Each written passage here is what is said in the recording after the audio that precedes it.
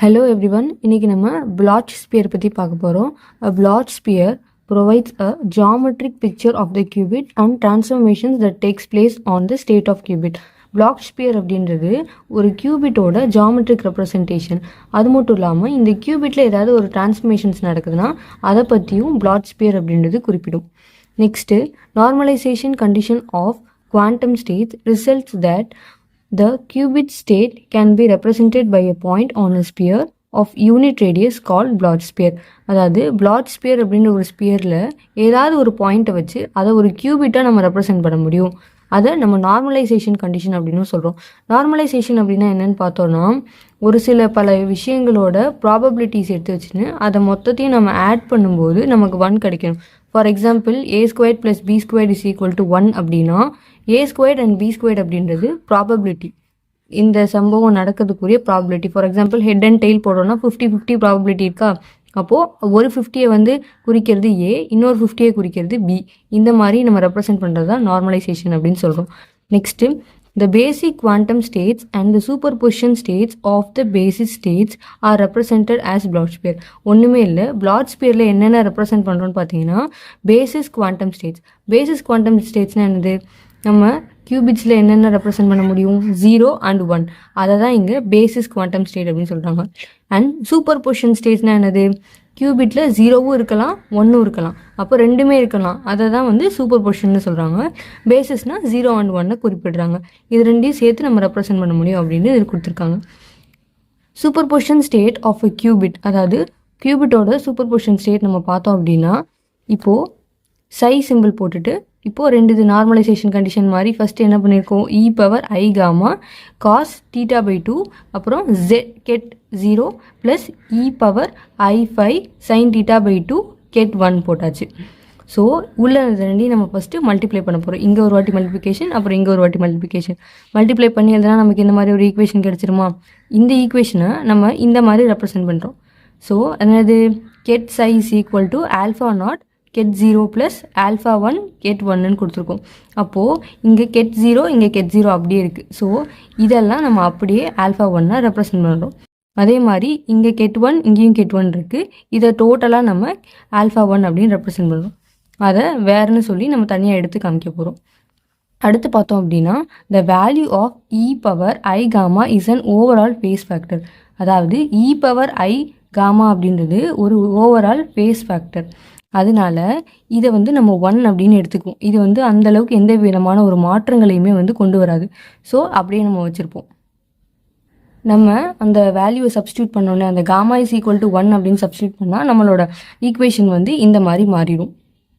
எப்படி மாறும் அப்படின்னா காமாவோட வேல்யூ ஆக்சுவலாக 0, அப்போது e⁻i⁻ இருக்குது, அப்போது e⁻0ன்னு வரும். அப்போ e⁻0னா 1, அதனால் 1 அப்படின்ற வேல்யூ வந்தனால இங்கேயும் 1 இங்கேயும் 1, அதனால் அப்படியே சேஞ்ச் பண்ணி எழுதிட்டோம். Next the values of θ and phi represent a point on the unit 3D sphere called Bloch sphere. அதாவது Bloch sphereல θ அப்புறம் phi இது ரெண்டுமே ஒரு பாயிண்ட்டுக்கு நடுவில் இருக்க ஆங்கிளை மெஷர் பண்ணுற values. the point represents a single qubit. அதாவது பாயிண்ட் அப்படின்றத என்ன பண்ணணும்னா ஒரு சிங்கிள் கியூபிட்டை குறிப்பிடும்.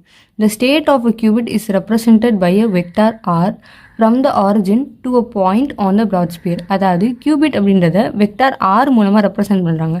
எங்கேருந்து ரெப்ரசென்ட் பண்ணுறாங்க, ஆரிஜின்லேருந்து டு த பாயிண்ட் பி அந்த Bloch sphereல இருக்கிறத வரைக்கும் ரெப்ரசென்ட் பண்ணுறாங்க.